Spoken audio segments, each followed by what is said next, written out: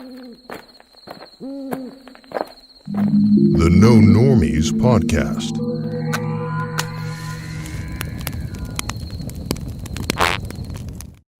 Okay, this is Brad LeDuc, and I'm here with Jim Allison. Hi.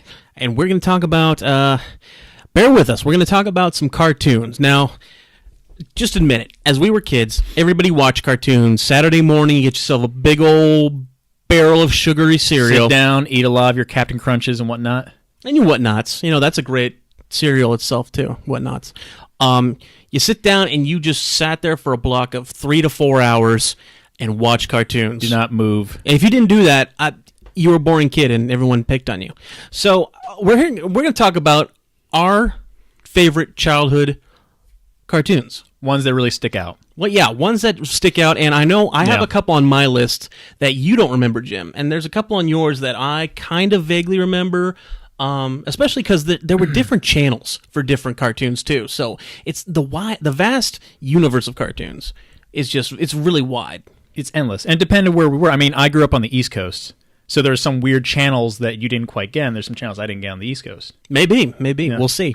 I'll jump right into it. So I remember when I was a kid, I would watch this kind of like the poor man's Garfield. It's called Heathcliff and the Junkyard Cats. So crazy. And I want to say it's from Canada, but I don't think so. But it basically, the premise was just this orange cat with stripes. No copyright infringement there. And he would just, he'd get up to some crazy shenanigans. Did he also have the thing where he ate some kind of food product? He basically ate like fish. Like he would go into. Oh, he went for the fish. They actually made him more like a cat. He was a cat, yeah, but Okay. he was kind of like I'd say he was a stray cat. But he would, he'd do the typical thing where he'd reach in a garbage can, pull out a fish, put it in his mouth, and then pull out the bones. Okay. Nothing like Garfield, like where he would have a typical dinner. He wouldn't have a lasagna. He didn't hate Mondays? He probably not a fan of it, but he didn't make it known. Right. Yeah, so he kept his opinions to himself, as you damn well should. And then so that Heathcliff, and then he also had half of his show devoted to the Junkyard Cats, which is kind of like a Fat Albert gang that lived in the junkyard, and they all were trying to run away from, I think, the dog catcher, or like I think a dog that was a cop. I don't know. So this was part 2 of the show. Is like the same cartoon block? Yeah, same cartoon block. I think halfway through, after the commercials, they'd come back and it would be these guys, this group of cats that are in the junkyard. And I remember the leader cat was this kind of very small, like little person cat, and he had a little kind of like a no, not a fedora, a fez? a newsy cap on. Okay. And then he had this smoking hot, like furry girlfriend that just had amazing curves, and she had like a little sporty pink scarf around her neck. And all the other junkyard cats, the fat one, the skinny one, the dirty ones, would kind of like just look at that cat and just be like, oh, if only I could get this little guy out of the picture. But he kept him at bay because I guess he was just smarter. I don't know. It was just some weird dynamic they had between them. Was there any humans in this one? Was there any for the cat one, for the junkyard cats? I think there was a dog catcher that kept, or the owner of the junkyard. I'd probably need to do look it up, all right? I don't need to do all the work for you. You look it up. But if you look at it, you would definitely tell they pulled from Garfield with the Heathcliff part. And it was, I wonder if it would be done today, if they would be sued or not. Because there's a good chance they were probably trying to get sued back in the day. Like something probably happened, or maybe they could like just made it go away somehow. Possibly. There was a good chunk of episodes though, because suing's always been around. Every yes, network the has dawn tried of to time. sue. Yeah. There might be some kind of legal thing if they're in Canada. I don't know. Maybe that's how they got away with it. And then I also watched it's funny because I also have another version of the poor man's version of. I watched this thing. Now we all know the Smurfs. They were the blue little guys that just I think they just existed. I don't know what the hell they did. The Smurfs had an undersea, what would you say? Metropolis. There was a different version of the Smurfs. They were called the Snorks, and these guys they were basically Smurfs. They all had different colors, and they had a snorkel coming out of their head. Very original. And I don't remember too much about them. It It was super 70s, 80s kind of inspired. And everyone was having a good time, no problems. It's kind of weird. Like when you told me about this, I said I kind of remember that, and then when you showed me like a clip, I'm like, holy shit, this is just like the Smurfs, but they changed slightly. A lot of cartoons in those days, like we just talked about the Garfield ripoff, like everything it just borrowed from each other. There's nothing original is really popping out. You know what I mean? And I don't know if they're cool with that, or if they're if secretly inside their studios they're just like, oh, those motherfuckers over at Hanna-Barbera. Everyone had the same kind of stupid thought they have today, where it's like, why do something original if it works, quote unquote, you know? Very true, yeah. And so I had that lunchbox up until I think maybe 5 years ago. I'd always open a cupboard and find that little treasure from my childhood. And then I also remember this one that I think you said you remember, called David the Gnome. Now I think this one is like just touchy-feely, feel-good station. And whoever who did the voice for David was like, the voice is very, very like warm. It's a warm old man. It's as if your grandfather got into voice acting. Yeah. Rest in peace, Pop Pop. Yeah, and it was just this little gnome, and he was married to his wife, and they were old, and they had a little house, and they had a fox named Swift that they used for their car, Swift, and it was just basically a guy just breathing into the microphone. And that's about how he made his money. So their stories though really like touched you. Like he would go and save bunnies from drowning in a storm, or he would go and battle the trolls, and then the troll would leave their baby stuck on a storm. Actually, there's a lot of stories about things drowning.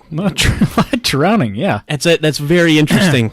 And then he would save the baby, and the troll mom would be like, "Oh, thanks, I won't eat you today." I think the best thing that when you were talking about this before the podcast, you didn't know about the ending. Oh, yeah. That was a treat. Yeah.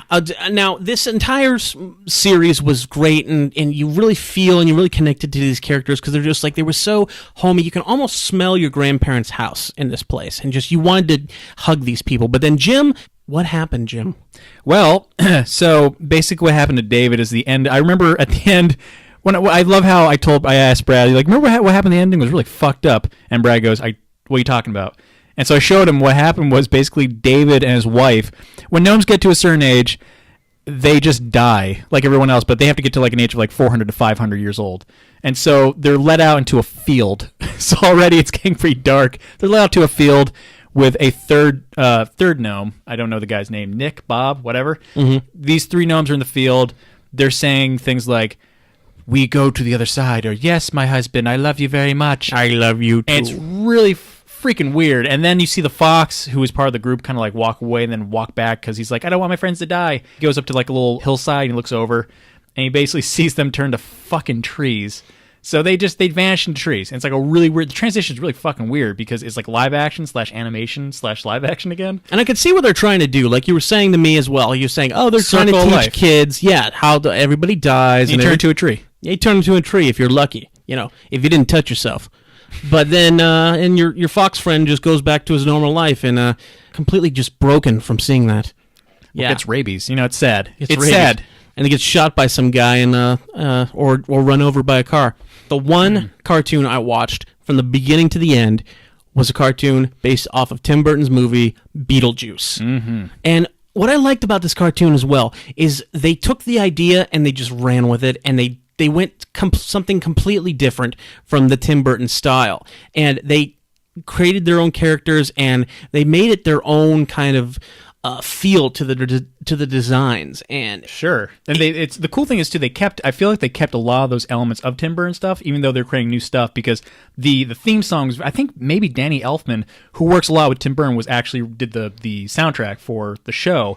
But also they kept Michael Keaton's character, that kind of goofiness, with the character. Yeah. So a lot of those elements are still there, but I know what you mean. Like, the stories were so beyond the movies. Yeah. Because now they're the two characters are friends now? The girl and Beetlejuice are friends. Yeah, they're friends, and like his creepiness with being goofy his creepiness is down, his goofiness is up. So he's basically just this fun like friend that comes over whenever fun demon corpse. Yeah, friend that comes over and just pulls her into basically the world of the dead. But the designs and just like the stories were great, and like he have a reference to Vincent Price that they named in there. They have a reference to they make a bunch of like commercials in there that they used 3D animation when it just started. It's a super good watch, and even the intros are just pieces, just works of art. The angles that they do, and just all just the coloration, it just goes so well. And I just remember that I would come home if I was sick, I would stay home and I would get to watch that treat because it was at the very end of the day when kids were coming home but not home yet, and I would get to watch that one. And then they would have blocks of it maybe on the weekends when Nickelodeon had nothing else to show. And that was just, that was such a good treat. And I was a creepy little kid, too. I was just by myself, and I kind of liked the fringe kind of style of art, and then in that it doesn't look like Looney Tunes. It doesn't look like anything Disney. It had its own feeling, and it really went somewhere dark, but somewhere that also, I think everyone like really had fun with it. It was creative. That's why that's why I watched it, because everything down to the music was super like, I couldn't take my eyes off of it. It's a feast of the eyes, yeah. So, Jim, what do you have? For me, so let's explain to the audience that there is like what a 3-year gap between us, but we did basically see the same cartoons. I'm pretty sure that's true. But one that really sticks out for me is Batman the Animated Series. Oh, baby! And that for me was, I already liked movies, but that was like the first cartoon where I'm like, oh shit, this is like real like action scenes and fight scenes and just like film noir. It had everything in this cartoon. I've never seen anything like it. The writers and the directors really did a great job with just almost every episode. They came at it with a great different angle, and you can watch them individually and still get a great story and a great just sense of the characters. Even the intro that they showed thoroughly every time, you can stop on any shot they had, and it was a perfect screen. Yeah. It's down to the title cards for me is what really stuck out for each episode. But the writing, like you're saying, it's just every story was so unique and different. I remember I heard from one of the writers who got to work on an episode about Mr. Freeze. So there's an episode where Mr. Freeze is first introduced. I think it was like this first season of Batman, the animated series, where I guess the writer supposedly thought about the last shot, which is just Mr. Freeze in a prison cell crying, and his tears are becoming snowflakes. And that's how he went backwards to create the story. But then when it hit season 3, that for me is the greatest season of that whole series. Do you remember who came in season 3, or what was some of the looks to it? All I know is they modified the looks to be more sleek, more thin, more just really cool simplifications of the figures. I'm going to move on, but there's one episode where always sticks in my head where Batgirl did not tell the commissioner that she was Batgirl, right? And so you're watching this, it's like, it's a regular episode, she's going to go help Batman. She basically falls off of a building, and to the audience, it looks like she dies. She dies. And so through this whole episode, Commissioner Gordon's going after Batman for revenge. And that's never happens. This is weird, like, you can't get out of this terrible nightmare of her dying. And for a kid, I'm just like, holy shit, this is going to traumatize me. It did traumatize me. Damn, that is heavy. That's heavy for a Warner Brothers. I mean, I understand it's Batman, but holy fuck. And so that was a great show. Another show that I remember was Ren Stimpy. Oh, man. Talk about just taking your own idea and just throwing it against the wall and just coming up with some great, almost just like sick art. Now, I remember my mother watched one episode where Ren was peeing on a game board, and Don't pee on the electric fence. Yeah, that was a great episode. Kind of fucked up, too. Mm-hmm. And I remember her coming in when Ren was unzipping his fly. She watched that little scene when he was peeing on it, and you can hear the little pee hitting the board, and he was laughing about it. My mother said, "No, you're not allowed to watch this anymore." It's funny you say that because my dad had the opposite effect. I mean, it was my dad, but my mom too. Like he came in when the song, that weird acoustic song came in, the Happy Happy Joy Joy song. I told you to shoot. You didn't believe me. Why didn't you believe me? My dad fell in love with that series because of that song, and he would watch all the episodes with me, including my mom. It became like a family show that we all watched. God damn, I love your family. It's amazing because I think the reason that I really watched that is because it was just so it was unhinged. It was schizophrenic. It was so and gross. It was super gross. Like you were saying, gross art. Because Space Madness, I think, was the first one that I saw, and just the whole style, how they drew everything, and the studio. What's the studio's name? Spumco. Spunko. And they were doing some really weird, crafty things. In like fact, with their artists. that's exactly where SpongeBob gets those close-up shots where it just Of the doesn't- dirty shots. Yeah, Like the oil paintings? The close-up oil dirty shots. Those came from Ren and Stimpy and John Kay and his group. They came up with the dirty, beautiful oil painting shots that are just stagnant and they just show like something really gross or really detailed for just one frozen shot. And that's just brilliant. And I love the music that they used for the 1950s kind of commercial style music. The intro with the rockabilly, like amazing. I remember Nickelodeon had a thing called Snick. It was like Saturday Night Nick, folks. That's it. Don't go out and have fun. Stay in and watch cartoons. Stay indoors, make yourself a pillow fort, and enjoy yourself. And that's what we did. My God. And just like, I remember I'd walk by a TV and be like, I'd have to check, and then I would leave the room. I cranked up the volume to make sure I hear the rockabilly, and I come running in and be like, oh shit, Ren and Stimpy's on! I tell my whole family, and we all try to catch it. I remember they tried to reinvent the series. It came back for a short time, right? It came back on Spike TV, and it's it was called Ren and Stimpy Adult Party or Adult Cocktail Party or something. That's a piece of shit. That's garbage. That's a flaming pile of garbage. I could not watch that. It was blasphemy. Did they even get Billy West, the great Billy West, to come back and voice that, or was it someone else? They didn't. They basically the fact is that Spike unhinged them. Or the Spike network basically took them off the leash and said, "You do what you want." And I think the fact that they were constrained in Nickelodeon when they're putting a box, they had to think. They had to be smoother about it. They had to think really hard. With Nickelodeon, their kids programming, so you had to get around it and come up with creative ways to be gross. Whereas Spike Network said, just basically be a guy and just draw the nipples and draw all the boobs and the butts, because we are a network for men. If they don't get it's like, and for Nickelodeon, could you imagine the kind of like conversation they have with the censors? Like, well, how about we put a little bit of rubber nipple in here? It doesn't have to be a nipple, but how about a rubber nipple? Yeah, like they probably that's weird gambling, you know. A fly on the wall of that conference would have been great. When he just like, Amazing. okay, he's gonna get it. He's gonna play a board game, and the other guy is gonna come home. He's gonna be angry at him for playing a board game all day. So he's gonna whip his dick out and pee on it. There's also going to be a guy who runs around with a chicken bone on top of his head and like fur around his crotch. The weird like woodsman. Do you remember that character? Oh, the woodsman. Or Muddy Mud Skipper. Oh, Muddy Mud Skipper. Yeah, I loved amazing. Wilbur Cobb. The old guy. Yeah, Wilbur Cobb. That voice actor just recently died too. Rest in peace. Rest in peace. Oh, you could just hear like the gross like saliva in his jaw when he talks. It's amazing. It was so It's good. amazing. Check out any episode from Ren and Stimpy, the original run. And another show that pops up in my head is Freakazoid. Freakazoid. I remember catching that. That was when it was after school, I think. The WB. That show was a Spielberg joint, actually. It was a production Spielberg produced. It was part of the whole Animaniacs, Pinky the Brain kind of block they put on. That show was about a guy who got trapped in the internet. He got zapped into the internet, as the theme song goes. Back in the dial-up days of internet. Jesus. Yeah, it's a show that you don't really see. You didn't see in cartoons. You didn't see, unless it was like Looney Tunes, where you see orchestras actually put their music into the show. Because Spielberg, he looked at it as I'm not sure if Spielberg had too much of his control over it, but he definitely wanted to have that kind of theatrical, big movie kind of thing put into the shows.